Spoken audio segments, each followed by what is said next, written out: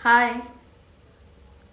सोचिए, हमें बचपन से सिखाया गया है कि राम परफेक्ट थे, मर्यादा पुरुषोत्तम, जिन्होंने कभी गलती नहीं की। पर एक सवाल है, क्या सच में कोई इंसान परफेक्ट हो सकता है? अगर राम परफेक्ट थे तो उन्हें हर डिसीजन लेने में इतना कष्ट क्यों हुआ? सच ये है कि राम की कहानी परफेक्शन की कहानी नहीं थी। राम की कहानी रिस्पॉन्सिबिलिटी की कहानी थी। सोचिए, एक तरफ पिता का वचन, दूसरी तरफ अपनी पूरी जिंदगी। आप क्या करते? राम ने वनवास चुना। ये डिसीजन सही था या गलत, ये अलग बात है। पर एक बात पक्की है कि वो आसान नहीं था। फिर आगे देखिए, एक पति के रूप में उनकी जिम्मेदारी थी कि सीता को वापस लाना। एक राजा के रूप में उनकी जिम्मेदारी थी कि धर्म को संभालना। दोनों रोल्स एक दूसरे से टकरा रहे थे। और फिर आता है वो मोमेंट जहां से लोग अनकंफर्टेबल हो जाते हैं। सीता वापस आती है, पर लोग सवाल उठाते हैं। राम के पास चॉइस थी, एक पति बनना या एक राजा बनना। और राम ने क्या किया? उन्होंने सीता को वनवास भेज दिया। ये डिसीजन आज भी लोगों को चुभता है। लोग पूछते हैं कि क्या ये सही था? पर शायद सवाल ये नहीं है कि ये सही था या गलत। सवाल ये है कि क्या राम ने इजी चॉइस ली?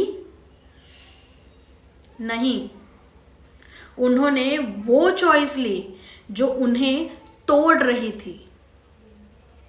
ये परफेक्शन नहीं है, ये बोझ है।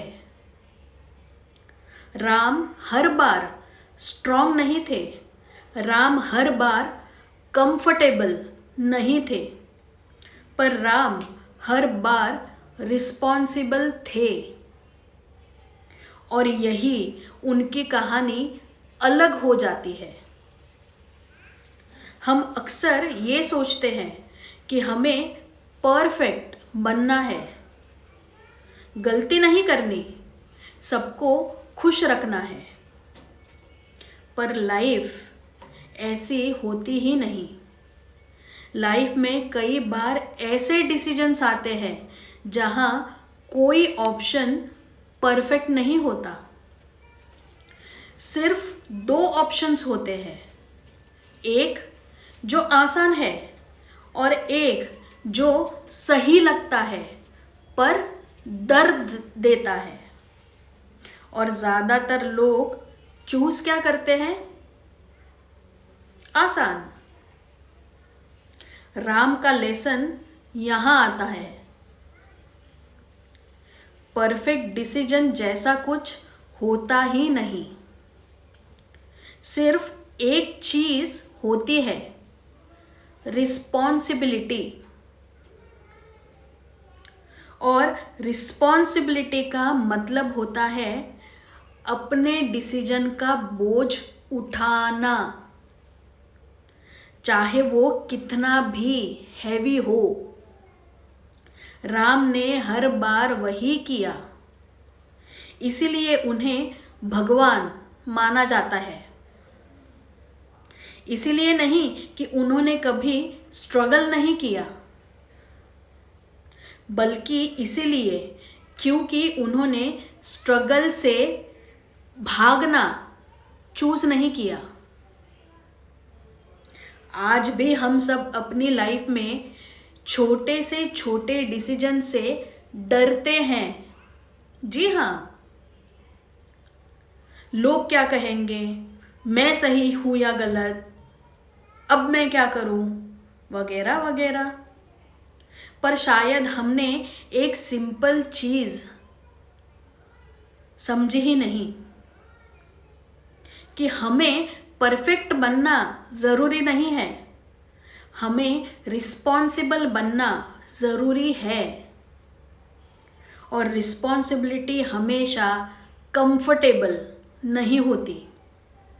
कभी कभी वो आपको तोड़ती है, कभी कभी आपको अकेले खड़ा करती है, पर वही आपको डिफाइन भी करती है। तो आने वाली रामनवमी पर सिर्फ राम को याद मत कीजिए, उन्हें समझने की कोशिश भी कीजिए, क्योंकि उन्होंने हमें ये नहीं सिखाया कि गलती मत करो, उन्होंने ये सिखाया कि जब मुश्किल आए तब भागो मत,